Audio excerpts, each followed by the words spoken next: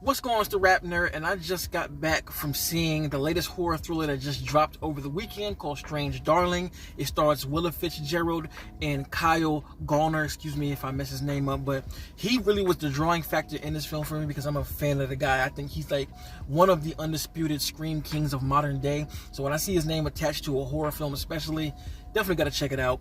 But boy, what a ride this thing is. And you can watch the trailer, it doesn't spoil anything. So this movie follows a serial killer who is on the hunt for a victim that got away.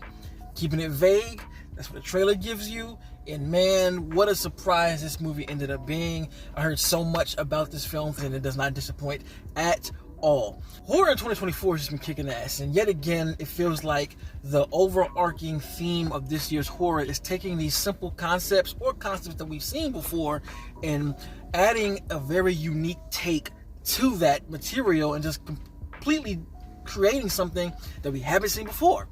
And I love that. And this film to me is 100% influenced by vintage cinema. Specifically, I would have to say Texas Chainsaw Massacre. If you've seen the trailer, a piece of that is in the beginning of the film, and just the way that that plays out just felt very of that time. Even the way it ends feels very of that time as well.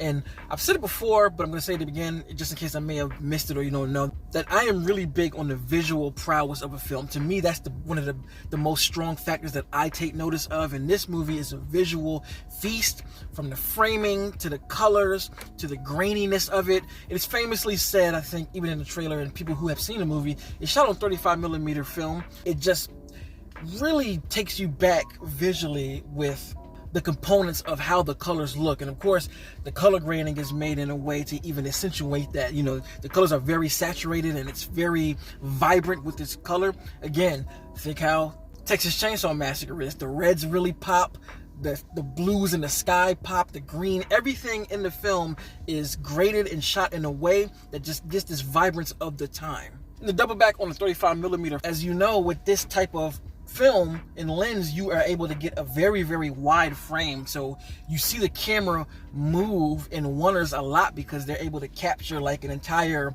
floor of a home in one shot, and it just elevates the intensity of certain sequences. And I just freaking love that, yo. The performance here were all stellar with the material of what they were trying to convey. I don't want to say what that is because again, it spoils the movie. But just know, each actor definitely was given key things to do at certain points in the film to drive certain elements home that you don't see coming and some that you do see coming. And this film has a sense of dark comedy about it. There are a lot of moments that I bust out laughing that you probably shouldn't laugh at, but that was 100% the point of the way the script was written. And that's part of what makes this movie such a fun ride, because you're given so many different emotions to attach to that are straight up fraudulent, that having context behind that emotion is funny and both sinister at the same time. So it's a really great place to be in watching a film like this that's really a cat and mouse type film that goes through different locations. It keeps you guessing the entire time. I was on the edge of my seat the entire time, and I didn't know where this movie was going to lead to, which adds to how thrilling it was. And the last thing I'm going to say before I get out of here, because I feel like I can't speak about this movie more without spoiling it, is when this movie does eventually hit Blu-ray, because I really hope it does, this is an instant cop, that I hope we get a version of the film as is.